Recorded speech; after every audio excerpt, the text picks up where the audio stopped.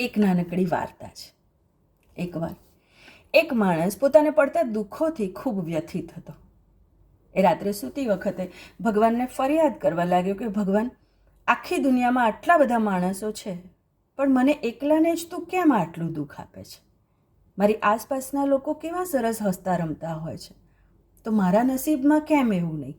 આટલા બધા દુઃખ મારે એકલાએ જ કેમ સહન કરવાના?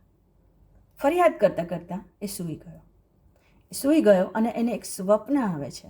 અને એ સ્વપ્નમાં એક એવું ફરમાન કરવામાં આવે છે કે ગામના દરેક લોકોએ એક પર્ટિક્યુલર દિવસે પોતપોતાના દુઃખની પોટલી લઈને એક મોટા ચોગાનમાં ભેગા થવું. બધા જ એ નક્કી કરેલા દિવસે ત્યાં હાજર થયા.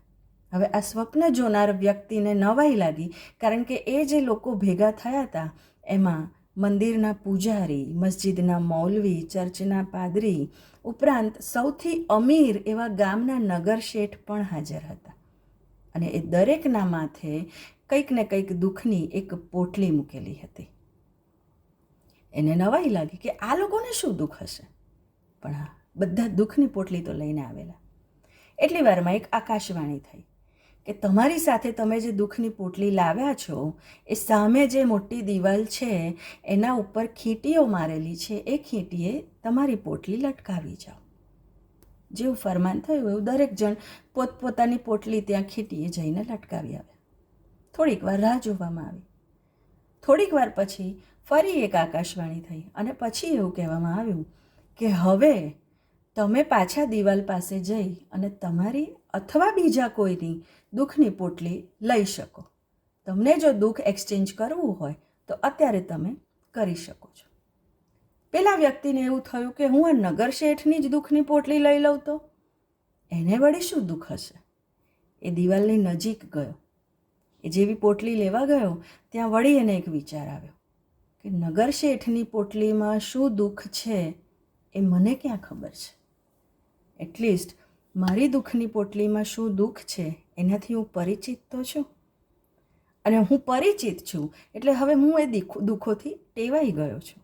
હવે એ દુઃખ મને મારા પોતાના લાગે છે. મને એવું લાગે છે કે હું એને હવે સહન કરવા સક્ષમ છું.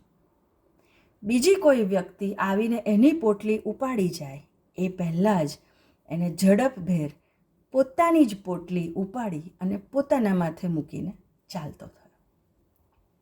કહેવાનો અર્થ, આપણને એવું લાગે છે કે દુનિયામાં આપણા સિવાય ઘણા બધા લોકો સુખી છે, પણ એ વાત હકીકતે સાચી નથી. દરેકને કંઈક ને કંઈક જિંદગીમાં પ્રોબ્લેમ આવતા જ હોય છે. પણ હસતો ચહેરો રાખવો એની પાછળ એક કારણ એ કે કદાચ હસતા રહીએ તો આપણું દુઃખ આપણને ઓછું લાગે અને સામેવાળાને ઓછું લાગે.